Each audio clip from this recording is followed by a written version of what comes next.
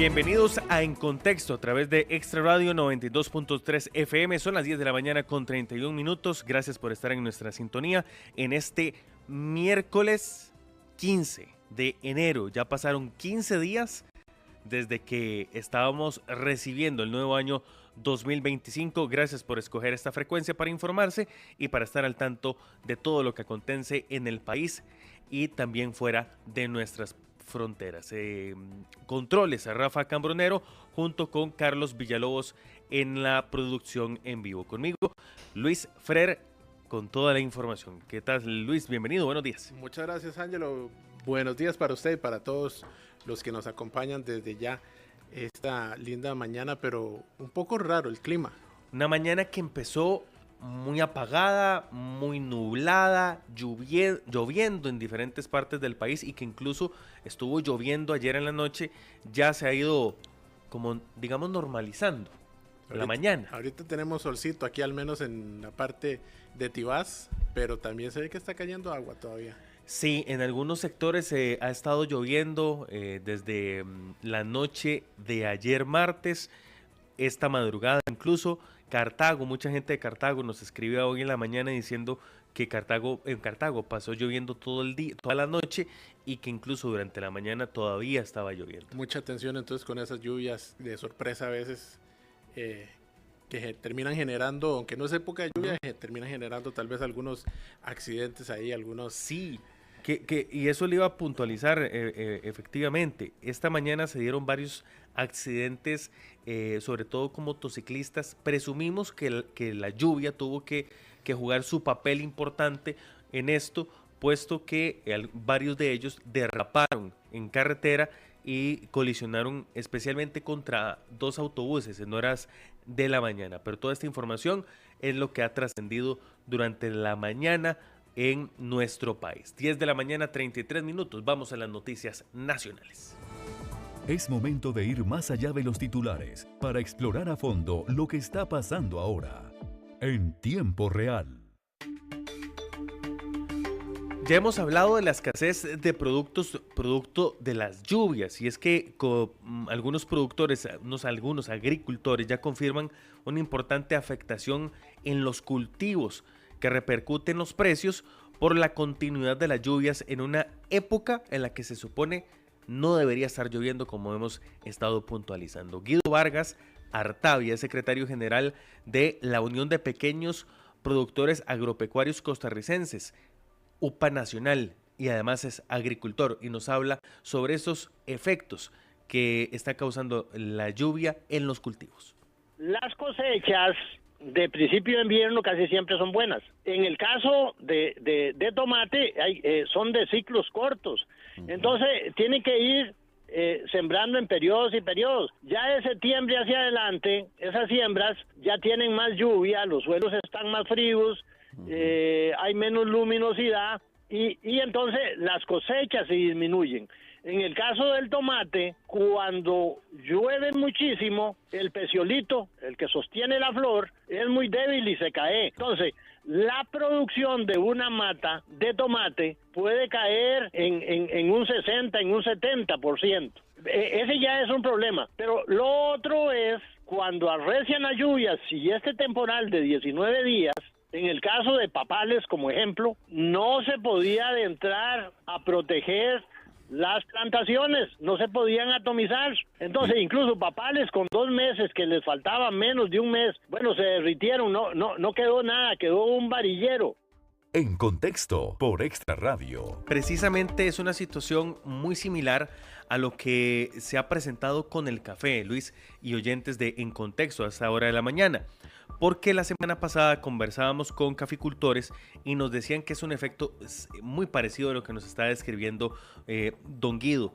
Las lluvias lo que hacen es que el producto germine un poco más rápido, se caiga y no alcance la madurez necesaria, se pierde el producto. O en el caso del café, que se caiga el grano y no haya recolectores, se pudre el café y hay pérdidas. Sí, me parece muy interesante. Yo no sabía precisamente eso, de lo que explica don Guido Vargas de la parte que sostiene el tomate. Exacto. Claro.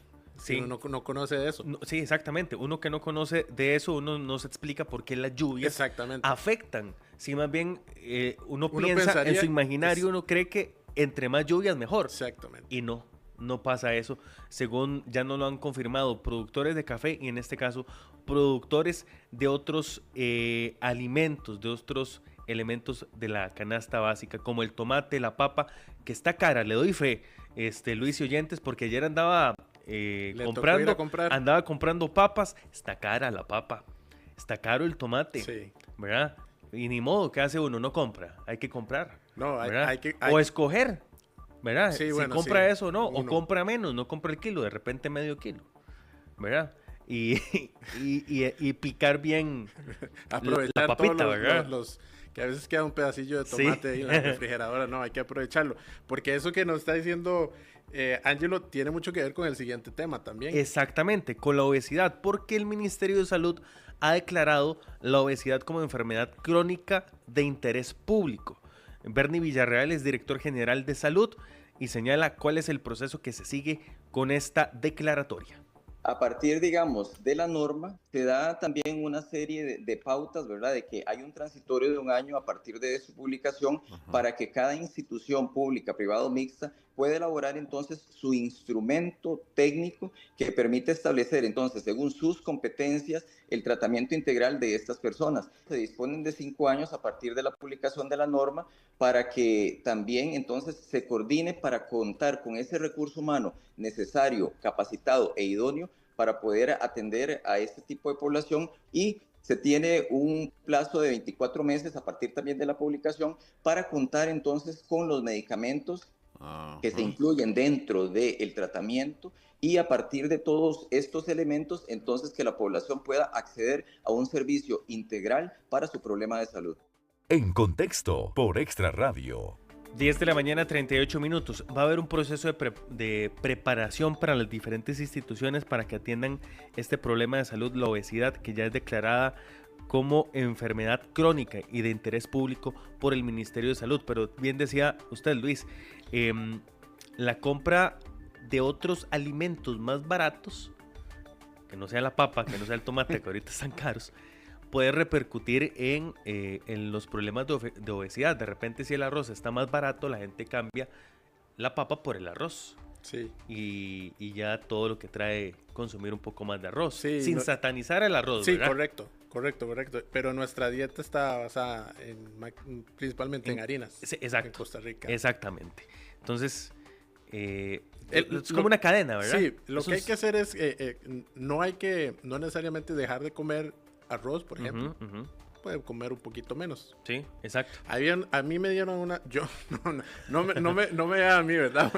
Pero una vez me dieron un tip, un consejo, ¿verdad? Es tal vez cuando uno se va a servir la comida, un plato más pequeño del tradicional, y entonces pues no para que se vea lleno. Tiene menos espacio para llenar, ¿verdad? Ajson son algunos consejos, pero en efecto hay que tener cuidado con ese tipo de alimentación, porque la obesidad no solamente es el tema de cómo se ve uno, sino son las enfermedades trae con el problema de la obesidad. Todo lo que repercute estar con obesidad. 10 de la mañana, 40 minutos. Ya vamos a ir a Santa Cruz con nuestro compañero Alberto Cuadra. Ya vamos a hacer el enlace con él. Mientras tanto, le cuento que el Instituto Costarricense de Ferrocarriles estará anunciando este día cuándo se va a reactivar el servicio de tren entre San José y Cartago, después de que fuera suspendido desde noviembre anterior debido a un derrumbe a la altura de El Fierro en Ochomogo de Cartago. Escuchamos al presidente de Incofer, Álvaro Bermúdez. Mañana vamos a estar anunciando el día de apertura, y es que los trabajos fueron complejos porque tuvimos que sustituir 8 metros de material, 8 metros de profundidad, por material que pues no era resistente para que pasara el tren, ¿verdad? O bueno, se fue dañando con el tiempo, la infiltración del agua provocó bastante daño. Mañana vamos a indicar el día que vamos a abrir, pero va a ser muy probablemente esta misma semana. En Contexto por Extra Radio. Estaremos pendientes de esa noticia que decía hoy en la mañana, Luis y oyentes, que los cartagineses van a celebrar tanto como celebraron el campeonato contra la Liga. Sí, porque ¿verdad? ya llevan... Desde noviembre. Desde noviembre el caso del tren, pero sí, ya llevan más de un año con cuando están empezando las reparaciones ahí en la entrada de Taras. Trabajo en la los Lima. trabajos, correcto. Yo tuve la oportunidad de pasar por ahí el fin de semana, hace mucho no pasaba, entonces lo vi medio complicado, pero en efecto la cantidad de tránsito, de congestionamiento vial que se hace por ahí en ciertas horas es complicado para los cartagos. El tren pues ayuda mucho a este tipo de situaciones. Exactamente. Finalizó la vacunatón fuera del gran área metropolitana, específicamente en Guanacaste, en Punta Arenas y en Limón. Este miércoles y jueves se va a retomar en el Estadio Nacional, acá en San José, desde las 8 de la mañana hasta las 4 de la tarde, pero este fue el balance que entrega el Ministerio de Salud en voz de la subministra Mari Munive. En Guanacaste se colocaron 387 dosis, en Punta Arenas 400 dosis y en Limón 351 dosis. Muchísimas gracias a todas las personas que pudieron asistir a su cita y beneficiarse con este vacunatón. En Contexto por Extra Radio. 10 de la mañana con 42 minutos, importante para que la gente lo tenga presente, la vacunación, le repito la hora, desde las 8 de la mañana, es decir, empezó hace 2 horas con 42 minutos hasta las 4 de la tarde, son para las personas que sacaron la cita previamente, sin embargo siempre van a llegar personas que no tienen cita esperando que alguien no vaya, que dicho sea de paso, se ha presentado una importante ausencia de personas que sacaron la cita, ya lo decía la ministra en estas 2 jornadas que se llevaron fuera del gran área metropolitana, que había un ausentismo que rondaba el 30% en ambos días. Vamos a ver cómo le va a esta segunda jornada de vacunación en el GAM, acá en San José, cómo se va a presentar, cómo se va a mover la gente, y que aproveche la cita, que aproveche el campo que se les está brindando. Sí, que no dejen perder, porque recordar que esta es fiebre amarilla, es una vacuna que tradicionalmente se pone o se adquiere en sector privado. Y que es cara. Y es cara. Es bastante cara. Aquí la tienen de manera gratuita de momento con este servicio del Ministerio de Salud. Entonces no deje de perder la cita y...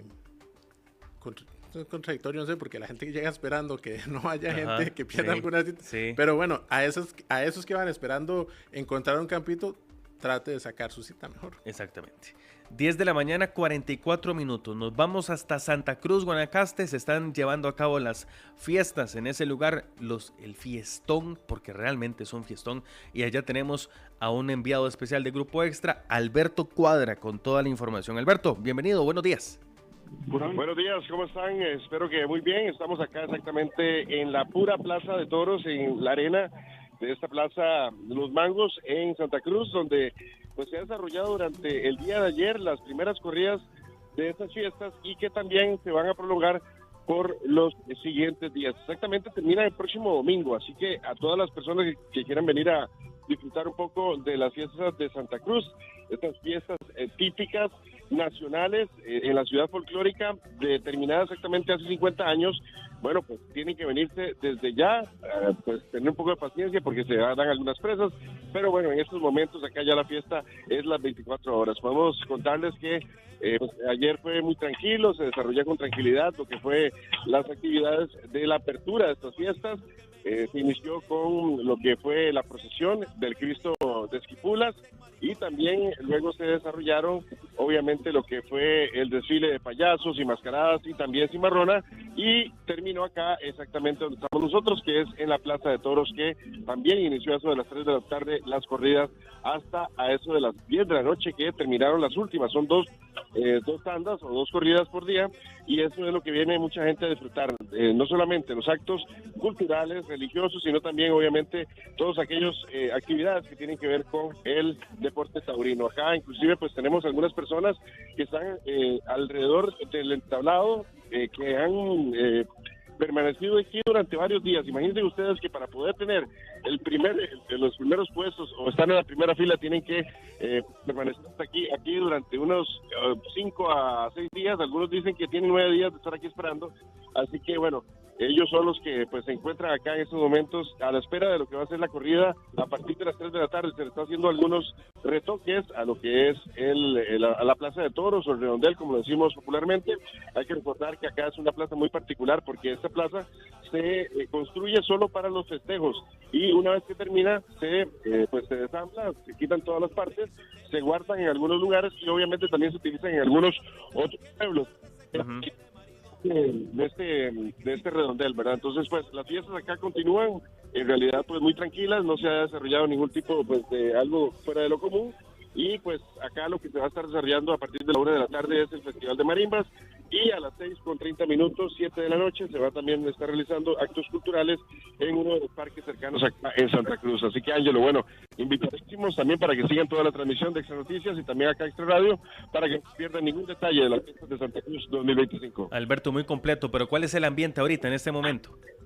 Bueno, acá se escucha la música a lo largo. Nosotros estamos acá donde es la zona de trabajo, que podemos decir, ajá, y que lo que hay acá cerca, pues es la gente pues reparando lo que es el redondel, uh-huh, pero también hay toldos cercanos, hay también venta de comidas, hay venta también de canelas y rosquillas también, que es muy gustado por la gente, y bueno, obviamente también mucha gente que todavía, pues yo creo que siguió directo desde el lugar, porque por lo menos acá mucha gente muy feliz, ¿verdad? Pero sí, bueno, feliz, ¿verdad? Bombetas que a cada rato revientan, así que, bueno, imagínense, es una fiesta total, ¿verdad?, que va a permanecer y se va a prolongar hasta el próximo domingo. Contamos acá con seguridad privada, hay unos 50 a 60 efectivos de seguridad privada, también está la seguridad pública, y todo con seguridad, muy tranquilo, la gente pues está de fiesta, pero pues muy tranquila cada uno, ¿verdad? Me imagino que pues se hace su jolgorio y demás, uh-huh, pero se va. Así que, y algo que nos ha llamado mucho la atención, ¿verdad? Frente de las nuestros televidentes, oyentes y los consumidores de las diferentes plataformas, para unas fiestas en las que asisten, según el alcalde con el que hablábamos hoy en la mañana, cerca de 500,000 de personas. Gracias, Alberto. A los civiles, pura vida. Gracias a Alberto Cuadra, enviado especial de Grupo Extra allá a las fiestas de Santa Cruz. Don Ángelo, ya nos acompaña don Francisco Gamboa, ministro de Economía, Industria y Comercio, con quien vamos y lo hemos invitado hoy para hablar un poco de un proyecto de ley que está discutiéndose en la Asamblea Legislativa, que pretende que los agentes financieros, ya sean los bancos, las mutuales, las cooperativas, sean sancionados si cometen prácticas abusivas contra el consumidor.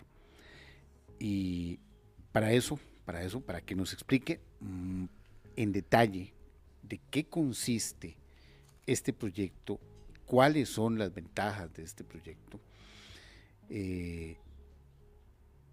y también las diferencias que hay, porque en este momento hay una oficina del consumidor financiero que tenemos que aclararlo. La oficina del consumidor financiero es una oficina que pertenece a la Asociación Bancaria Costarricense. Es una oficina que nada más ayuda de alguna manera en ciertos trámites para que usted presente los reclamos. Pero ya con este proyecto de ley, y aquí está don Francisco, a ver si me corrige o no, habría sanciones para los bancos si se cometen abusos. Don Francisco, primero que nada, gracias por acompañarnos acá en la cabina de Extra Radio y buenos días. Gracias, muy buenos días, señores, es un gusto estar acá y es un gusto estar compartiendo con las personas que nos están escuchando a través de este medio. Y sin duda alguna, es algo importante lo que tenemos que contarles, que es este proyecto de ley que está impulsando el Gobierno de la República, el Ministerio de Economía, Industria y Comercio en la Asamblea Legislativa. Lo presentamos en octubre pasado, uh-huh, y ayer, martes 14 de enero, fuimos a la Comisión de Asuntos Económicos de la Asamblea, que es donde está el proyecto, para explicarlo, defenderlo, impulsarlo, promoverlo, aclarar dudas. ¿Y por qué este proyecto es importante? Porque, primero, viene a llenar un vacío totalmente de desprotección que hoy tienen los consumidores financieros. Resulta que el país tiene una legislación que protege a los consumidores en general, pero digamos que a los consumidores de productos, de servicios, quien adquiere un electrodoméstico, un comercio, un juguete, ropa, o quien compra otro tipo de servicios, adquiere servicios turísticos o servicios de distinta índole, o paga la entrada a un concierto, etc. Esos son los consumidores que hoy están protegidos por la legislación que el país tiene desde hace algunas décadas. Pero los consumidores financieros no lo están. ¿Cuáles consumidores financieros? Los que típicamente, por ejemplo, tienen un crédito. Ya sacan un crédito para comprarse un vehículo, para comprarse una vivienda, para construir, o quienes tienen tarjetas de crédito, o quienes sacan a crédito un electrodoméstico, una pantalla, etcétera, etcétera. Por eso, ahora que usted, don Paul, al principio señaló mutuales, cooperativas, bancos, le faltó algo que es muy importante en este proyecto, de las casas comerciales. Las casas comerciales. Los comercios. Que actúan en algunas cosas, hay casas comerciales que están actuando incluso que tienen sus propias tarjetas. Claro. Préstamos en efectivo. Y que están haciendo préstamos en efectivo también. Por supuesto. Entonces, ellos también. ¿Qué tiene el país? ¿Qué sí tiene el país en su institucionalidad, digamos, y en su estructura institucional hoy por hoy, en su marco legal, en su marco jurídico? Tiene unas superintendencias, entre ellas una superintendencia de entidades financieras, pero básicamente esa superintendencia realiza supervisión, lo que se conoce como supervisión prudencial, que no es ni más ni menos que la supervisión de cómo está la solvencia y la situación patrimonial y financiera de esas entidades. Entonces, ¿a quién es que se está protegiendo ahí? Solo a un tipo, digámoslo así, de consumidor financiero, al ahorrante, al que tiene ahorros depositados, porque en teoría a esas entidades hay que cuidarle la solvencia para que cuando un ahorrante quiere ir a sacar su depósito, su dinero, el que tiene guardado, pues el dinero esté. Esa es la única función que hoy existe de protección de un consumidor financiero. Y vemos que en algunos casos ha renqueado. Pero todos los otros consumidores financieros, como los que yo mencioné ahora, los que tienen crédito, los que tienen tarjetas y todo, no están protegidos. ¿Qué casos busca este proyecto atender? Mire, casos muy típicos que son muy conocidos por quienes nos están escuchando y que a lo mejor todos lo hemos vivido o en carne propia o por parte de personas cercanas a nosotros, familiares y amigos. Por ejemplo, la existencia de cobros que no están en el contrato, que no están avisados, que no tienen ninguna base. La existencia de cobros o multas excesivamente altas, desproporcionadas y abusivas cuando alguien se atrasa un día, por ejemplo. La casi imposibilidad de poder pagar una deuda antes con un dinero extra que alguien recibió. Correcto. O pasarse de entidad. O sea, no es que es imposible desde el punto de vista legal, pero le ponen un costo y casi que una multa. Sí. Una multa por pagar antes. Y así se llama. Ajá. Y así se llama. Pero digamos que es excesiva y crea una barrera. O por ejemplo, típicamente cuando alguien... tema, ese andar detrás de la gente, ese estar molestando a la gente con llamadas por cobros, ¿lo va a sancionar de alguna manera esa ley? Sí. La ley, efectivamente, la ley contiene sanciones y digamos, hay obviamente una tipificación dentro del articulado que indica que las faltas, digámoslo así, graves tendrán, o sea, clasifica las faltas en graves, menos graves, etcétera, y establece umbrales o rangos de sanciones para ellos. Ahora, ¿quién va a fijar esas sanciones? Bueno, lo que hace el proyecto de ley es que digámoslo así, establece la existencia de digamos, de una especie de tribunal administrativo como la Comisión Nacional del Consumidor que existe hoy. Sí, muy parecida. Que ve los casos. Muy parecida, pero digamos, digamos, haríamos condiciones para que funcione mejor. Como por ejemplo, pasaríamos a que sean de tiempo completo. No es un grupo de comisionados conociendo casos 1 o 2 noches a la semana, contrarreloj, porque son personas que están dedicadas a otras cosas. No, estaríamos hablando de una especie de comisión a tiempo completo, pero es que además, señores, el tema de la atención de demandas y el establecimiento de sanciones tras esas demandas sería uno de los componentes del nuevo escenario de aprobarse esta ley, porque el nuevo escenario de protección al consumidor no sería solo reactivo, como es hoy la defensa de los consumidores, que es solo si yo presento la denuncia. Si usted llega y presenta ante el médico una denuncia. Correcto. No, aquí, como la filosofía detrás de esto es la supervisión de la conducta, lo que haríamos es estar constantemente revisando de manera proactiva cláusulas de los contratos de servicios financieros, sin necesidad de que nadie los denuncie. Y entonces agarrar esos contratos y decir, uy, aquí hay una cláusula que es abusiva. Entonces, señores, entidades que dan cierto servicio financiero, que prestan, una cláusula como estas es abusiva. Todos elimínenla de sus contratos de adhesión. A eso iba, don Francisco. Bueno, esto daría rango de ley, que es distinto a como, por ejemplo, está funcionando o como funcionaría una defensa del consumidor financiero.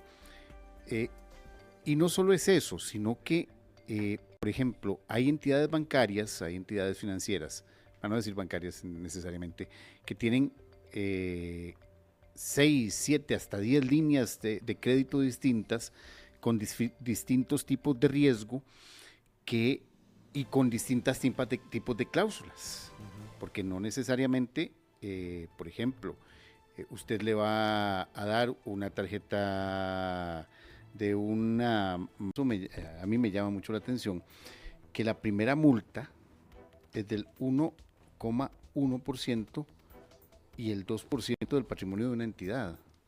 Estamos hablando que un banco que le quiten un 1% por una multa es una millonada. Bueno, yo creo que las multas y las sanciones, para que sean, o sea, tienen que tener efectos de disuatorios, ¿verdad? Porque si son multas muy chiquititas, en todo modelo de falta y sanción, cuando las sanciones son ínfimas, ¿verdad? O representan ni una cosquilla a la posición patrimonial o financiera de quien incumple, de ahí están dadas todos los incentivos para no tener un buen comportamiento o para no tener un comportamiento que evite esas sanciones. Vea, lo otro que es muy importante, y aquí yo sé que esto, aunque no es del día a día de la gente, es importante tal vez ponerlo en la mesa. Recordarle a los costarricenses que nos oyen que Costa Rica pertenece a un selecto grupo de países, que es como de 38 países, que son la OSD, la Organización para la Cooperación y el Desarrollo Económico, que está en París, su sede central, digámoslo así. Y esa organización a la cual el país pertenece, la principal gracia, por ponerlo en lenguaje bastante comprensible, la principal gracia o el principal chiste de pertenecer a ella es que son países de alta calidad de sus políticas públicas. Y entonces esa organización le da recomendaciones a sus países miembros. Y una recomendación que desde hace tiempo le viene dando la OCDE al país es que aquí no hay una protección del consumidor tipo de regulación y que la implemente.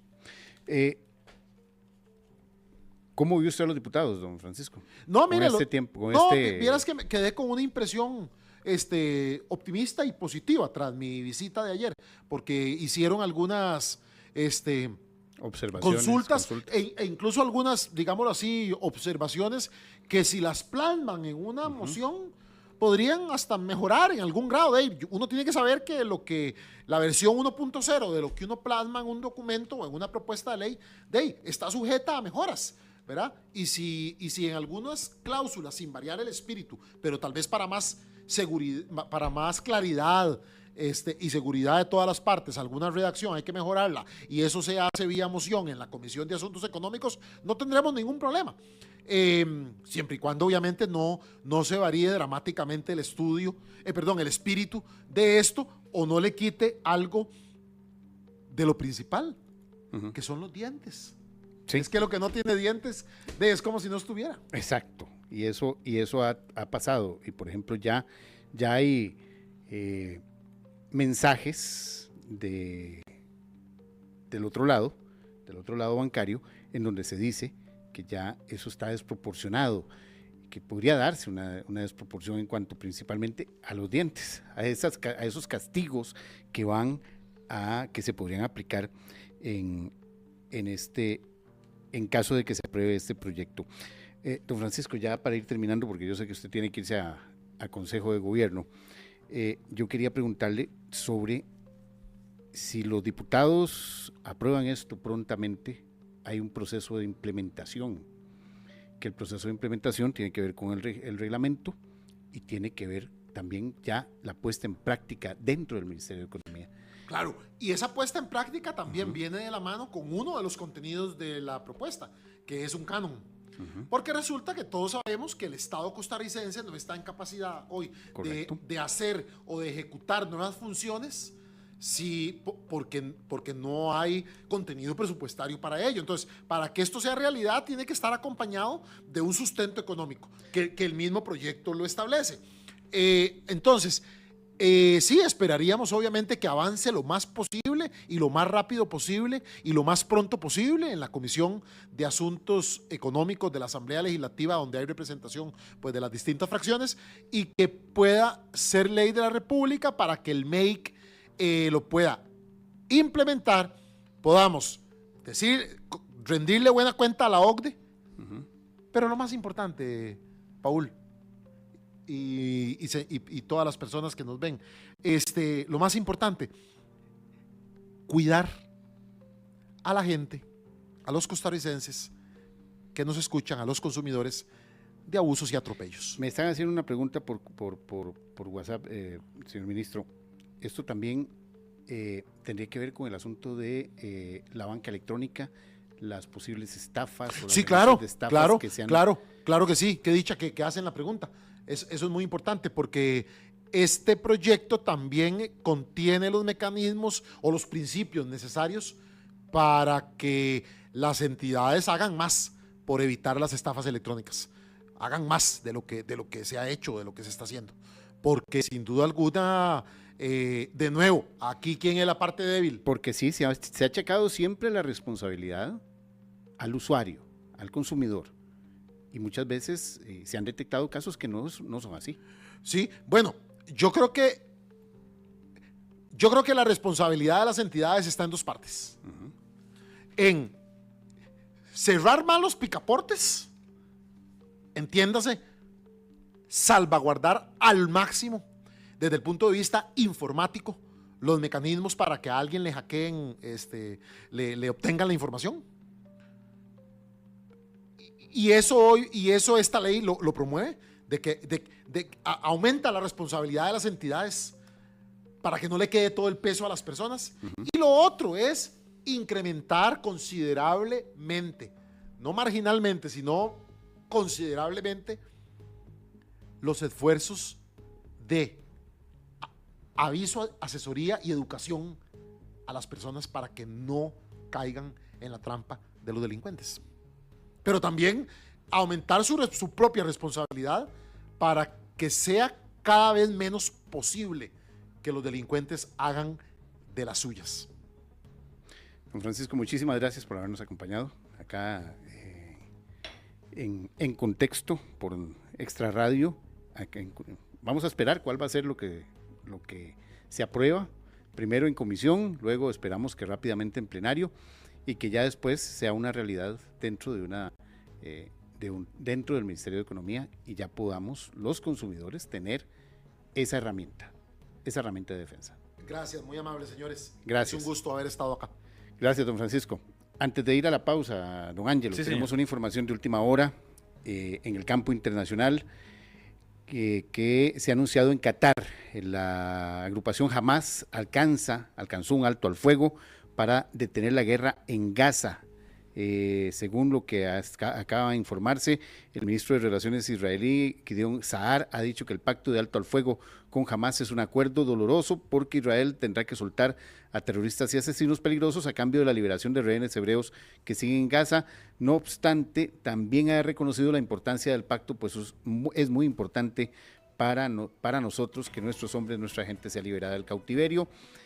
También el presidente de los Estados Unidos, Donald Trump, ha dicho a través de su red social, Truth Social, un mensaje celebrando el acuerdo entre Hamas e Israel para un alto al fuego y la liberación de rehenes.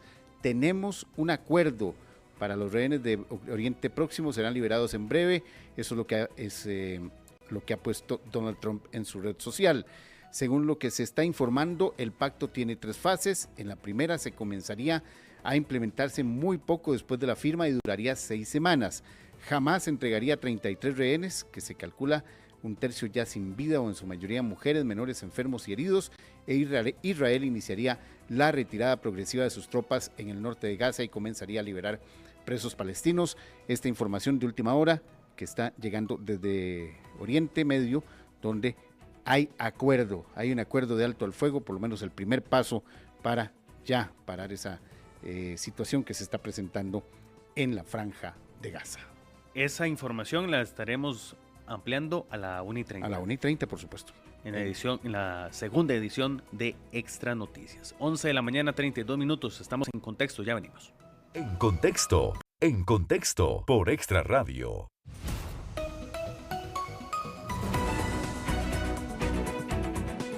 11 de la mañana, 35 minutos. En este momento, noticia en desarrollo. Un incendio estructural se presenta en Loma Linda, en Desamparados, específicamente de las antiguas instalaciones del abastecedor Margaret, 100 metros al sur, 25 oeste. Varias casas de habitación se están viendo afectadas por las llamas. Los bomberos se encuentran en ese lugar realizando las labores propias de extinción, como vemos en imágenes a través de Canal 42.2, y se las describimos a todos los oyentes de Extra Radio. El cuerpo de bomberos se encuentra en el lugar con 3 unidades extintoras, una unidad de rescate y una unidad de ARAC para brindarle soporte de aire a los bomberos que se encuentran luchando contra las llamas en ese lugar. Repetimos, un incendio estructural se presenta en Desamparados, en Loma Linda, 100 metros al sur y 25 oeste de las antiguas instalaciones del abastecedor Margaret. Esta información está en desarrollo. En este momento, unidades de la estación de Desamparados y la Metropolitana Sur se encuentran combatiendo las llamas. Tendremos declaraciones del director general del Cuerpo de Bomberos, Héctor Chávez, que pasamos a escuchar. Nos encontramos en el sector de Loma Linda, donde se ha presentado un incendio estructural en una vivienda de 80 metros cuadrados. Trabajamos con las unidades de la Metropolitana Sur y Desamparados, evitando la propagación hacia las viviendas colindantes. Lamentablemente, pues las pérdidas son aproximadamente de un 70% en esta vivienda, y también se reportan algunas personas con lesiones menores y algunas mascotas que están siendo atendidos por nuestro personal paramédico.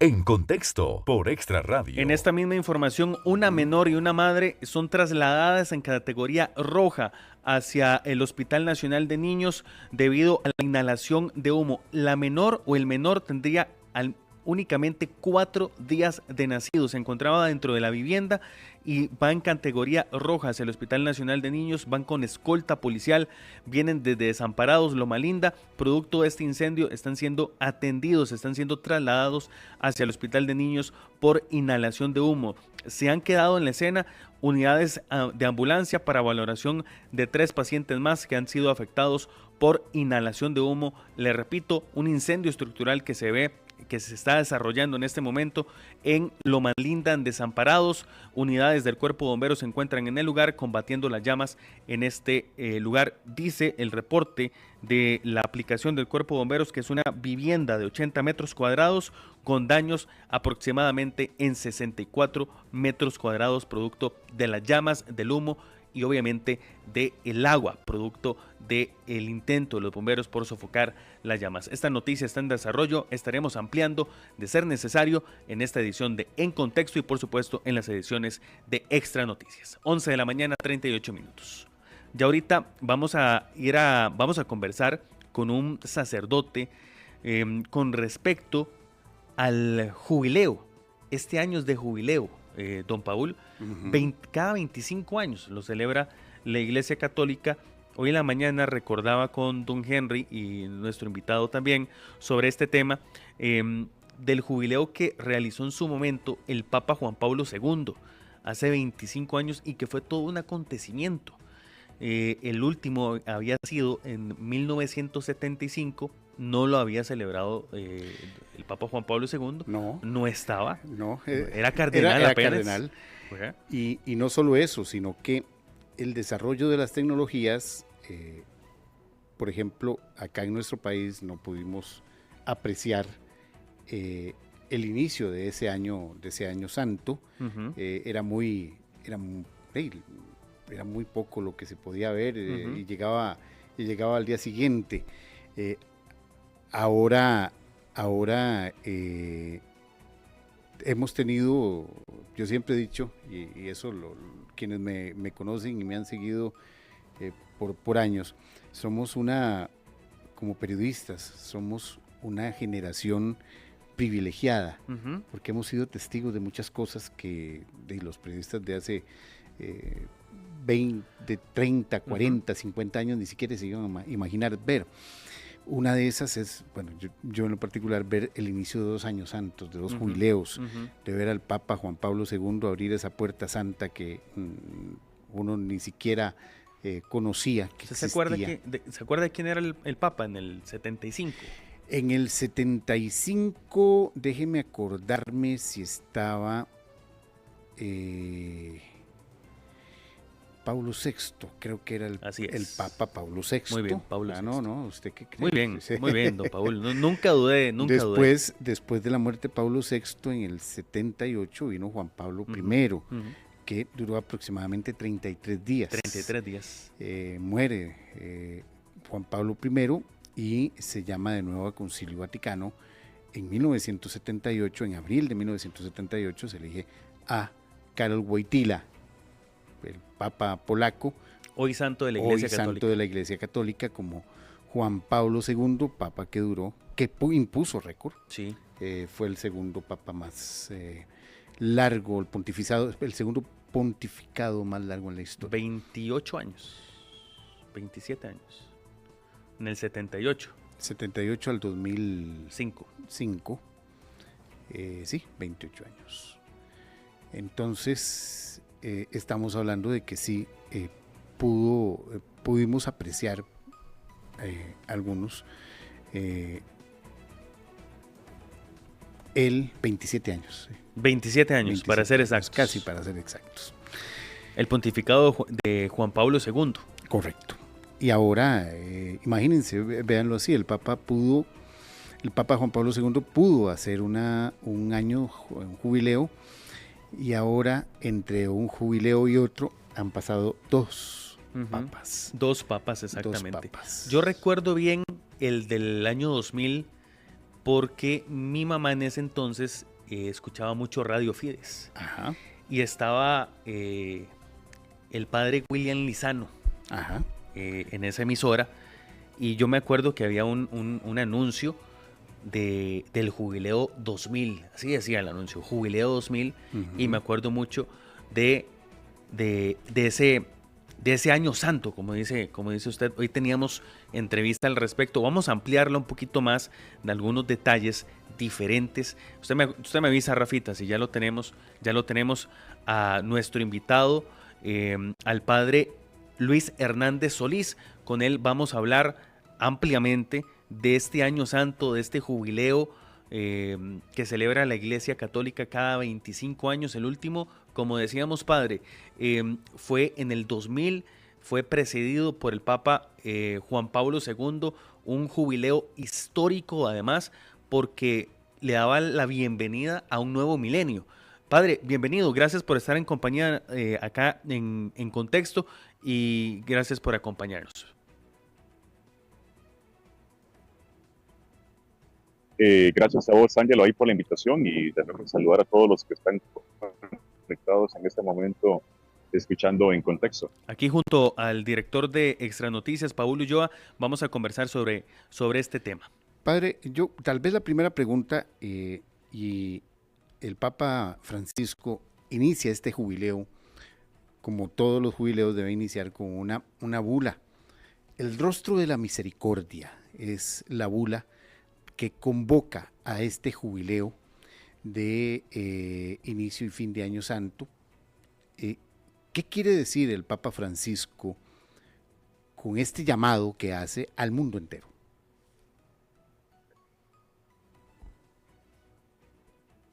Tenemos a don Luis. Bien, Paul, saludos. Qué gusto verte, escucharte.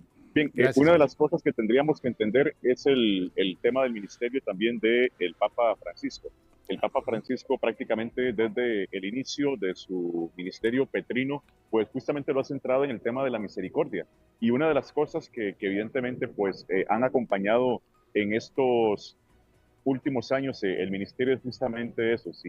Si vemos las predicaciones, las enseñanzas, el magisterio del Papa, pues va centrado justamente en hacernos tomar conciencia de ese amor, de esa ternura, de esa misericordia de Dios para con sus hijos. ¿Qué significa un jubileo? Tal vez esa es la gran pregunta. No es solo la celebración de que cada 25 años viene el Papa, abre una puerta santa. En todas las diócesis se abre una puerta santa, una o varias puertas santas. Se llama la peregrinación, se llama al perdón de los pecados, a esa muy buscada, pero a veces mal entendida, ese perdón general que muchos han buscado a través de los tiempos. Lo que busca realmente la Iglesia, o qué es lo que busca realmente la Iglesia, que la gente tome conciencia, que no sea algo tan banal como solo abrir puertas y buscar perdones, sino algo más. ¿Qué es lo que busca la Iglesia? Claro, sin duda no podemos perder el origen de lo que motiva la convocatoria de un jubileo. Lo decíamos ahora temprano. Es un poco tomar conciencia de cómo, pues, a partir de la experiencia de el jubileo judío que se realizaba cada 50 años, en donde, lo decíamos, se daba la condenación de deudas, las tierras volvían a sus dueños originales, en fin. Pues sí, en su momento pues el Papa Bonifacio VIII, allá por el 1300, retoma esta experiencia que se realizaba dentro del judaísmo, lo aplica a la Iglesia, a los cristianos y desde luego pues sí, dándose también entonces el perdón de los pecados, obteniendo la indulgencia plenaria, desde luego pues cumpliendo también con una serie de requisitos. Y desde luego, pues parte de esos requisitos es atravesar la Puerta Santa, ¿no? En donde pues hacemos experiencia justamente de esa ternura, de ese perdón, de esa misericordia de Dios. Pero ante todo, pues sí, es tomar conciencia en medio de una sociedad que está en crisis, pues que Dios nos ama, que Dios nos perdona, no por lo que somos, sino a pesar también de lo que somos y nos invita a caminar y pues a ver la vida con esperanza, ¿no? De hecho, pues el lema también para este jubileo es peregrinos de esperanza, en medio de tantas cosas que podemos ver, que podemos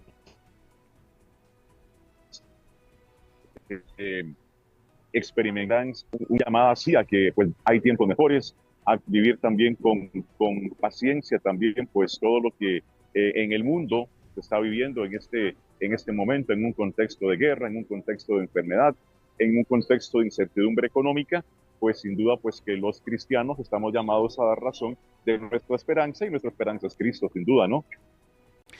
Padre, sí, y llama la atención, por ejemplo, los requisitos generales para obtener esa indulgencia plenaria, que no es la indulgencia plenaria, y yo creo que eso tal vez nos lo explique, no es que usted tiene permiso ya de que se le perdonan absolutamente todos los pecados mortales, sino es arrepentirse, es realmente entrar en un proceso de contrición, de arrepentimiento, de alejarse de lo que se considera pecado, de ser caritativo y misericordioso, y en algunos casos volver, los que somos católicos, los que son católicos, hacia la confesión, hacia la comunión, a la oración también. Eso es lo que pretende que la gente cumpla esta serie de, yo no sé si llamarlo requisito, pero sí esta serie de condiciones para obtener perdón.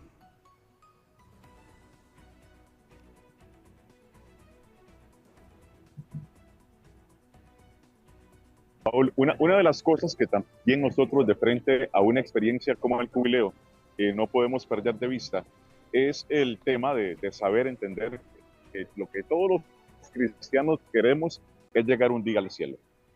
Y justamente una oportunidad como un jubileo se convierte como en esa puerta, en ese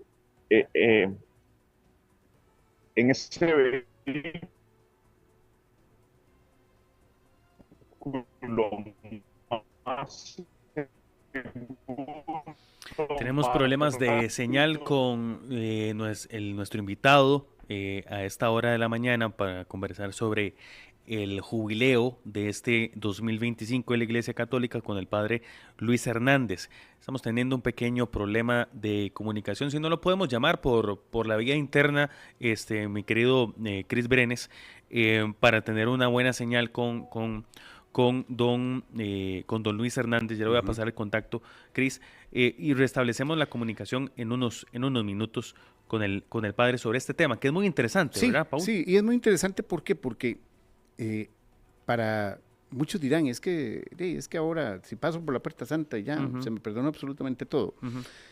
Y no es solo eso, es que realmente para los que somos católicos y creemos en la doctrina de la fe católica, y eso que decía el padre, todos queremos llegar al cielo. Esa es la idea primordial de tener esa idea primordial de la fe, es que en algún momento, y es la fe, es el misterio de la fe, que en algún momento uno esté en presencia de nuestro Salvador. Pero eso no es solo un hecho matemático que se da 2 más 2, si yo voy a esto, obtengo esto, ¿no? Es también entrar en el proceso de arrepentimiento, en el proceso de oración. Quienes oran saben que el proceso de oración también es un proceso de purificación, y por eso también que eso lo estamos aclarando para que no quede como algo tan banal, que es tengo todo el año para ir de peregrino a Roma, si tengo los recursos, y pasar por una Puerta Santa, que por cierto hay varias acá en nuestro país. Ya restablecimos la comunicación con el padre, y nos decía, le hacía yo esa pregunta, padre, es algo más, es realmente interiorizar la necesidad de oración, la necesidad de arrepentimiento, la necesidad de quienes somos creyentes, tener a Dios en cada cosa que hacemos. Claro, una de las que no puede justamente el tema de los requisitos para alcanzar la indulgencia, que sabemos que se trata justamente de confesarnos, de orar con las intenciones del Papa, rezar el credo, comulgar, pasar por la Puerta Santa. Pero uno de los pasos del sacramento de la reconciliación es precisamente el propósito de enmienda. es justamente el no volver a pecar, el no volver a caer en estas faltas. Y sin duda, pues el sacramento de la confesión lo que busca es un mejoramiento continuo en la vida de los creyentes, en la vida de los cristianos. Entonces, sin duda, como bien lo apuntas, pues parte también de lo que busca esta experiencia de jubileo, que por cierto, al darse las peregrinaciones por los distintos lugares santos a donde se puede ir y pasar las puertas, que lo puedes hacer incluso, por ejemplo, una vez al día y ofrecerlo por vos mismo o por otra persona, por una persona difunta, en este caso, digamos que sabemos que puede estar en el purgatorio y lo pasamos, por así decirlo, al cielo. Pero lo que busca precisamente sí es ese mejoramiento continuo en la vida del creyente, en la vida de aquel que recurre al sacramento de la reconciliación, que crezca como persona, que crezca como cristiano, y sin duda pues que con su ejemplo, con su testimonio, haga de este mundo un mundo mejor, ¿no? Correcto, padre. Nada más porque ya el tiempo nos está alcanzando, son varias las puertas santas que están ubicadas en Costa Rica. Prácticamente en cada diócesis hay lugares donde se puede ir a hacer peregrinaje y pasar por la Puerta Santa. Sí, nada más un poquito, hay una pequeña aclaración. Las puertas santas son más bien aquellas que el Papa designó en la ciudad de Roma. Lo que tenemos en Costa Rica y en otros muchos lugares del mundo son lugares de peregrinación, en donde evidentemente pues también podemos alcanzar y obtener la gracia, cumpliendo con todos los requisitos que antes mencionaba, pues podemos alcanzar esa existencia. Sin duda, pues creo que es una invitación a los amigos que nos escuchan para que pues en su diócesis, ya en las redes sociales de todas las diócesis, está colocados los lugares en donde justamente pueden peregrinar, en donde pueden alcanzar esta indulgencia, y desde luego pues ya muchas diócesis, las diócesis en Costa Rica ya se están organizando para también hacer esa peregrinación para aquellos que de pronto tengan los recursos económicos y puedan hacerlo. De hecho, la diócesis de Ciudad Quesada en este momento se encuentra peregrinando y se encuentra recientemente estuvo en Roma y ahora se encuentra en otros lugares santos allí en Europa. En el caso de mi diócesis Alajuela, lo haremos en el mes de octubre también, así que invitarle a los alajuelenses para que estén pendientes de lo que haremos y cómo pues llevaremos a cabo en esta peregrinación, y también invitarle a los amigos que nos escuchan a que estén también pendientes en caso de que les interese y puedan tener los recursos para también acompañar a sus diócesis en esas peregrinaciones que se van a realizar. Perfecto, padre. Muchísimas gracias por habernos acompañado, por habernos explicado de qué se trata el año jubilar y todas estas, estas situaciones crean dudas y por supuesto eso hay que buscar cómo responder a algunas preguntas. Muchísimas gracias, padre, que la pase bien. Bueno, Paul, Ángelo, un gusto escucharlos, estamos a la orden. Gracias, don Luis, el padre, yo le digo don Luis, padre Luis Hernández. Don Luis Hernández. Padre, que fue compañero mío en la universidad. Imagínese. Sí, y usted sabe, qué pena, me dio mucha pena porque ayer me dice, Ángel, ¿usted no se acuerda de mí? Yo fui compañero suyo en la universidad. No me acordaba. Hasta que activó la foto de perfil. No, Ángel. Yo dije, con razón. ¿Cómo se le va a olvidar a uno que tenía un sacerdote de compañero en la U? A mí se me olvida. No creas. Yo mejor no hablo porque sí. El mío es obispo. Pero usted se acuerda. Que tenía éramos compañeros. No estábamos en el mismo colegio. Él estaba un año mayor que yo. Así que es obispo. Así que imagínese. Nos vamos, Paul. Don Ángelo, nos vamos. 11:57. Muchas gracias. Siga en sintonía de Extra Radio, ya viene tiempo extra hasta las 2 de la tarde y Extra Noticias a la 1:30 en la señal de Canal 42. Buenos días, pásela bien.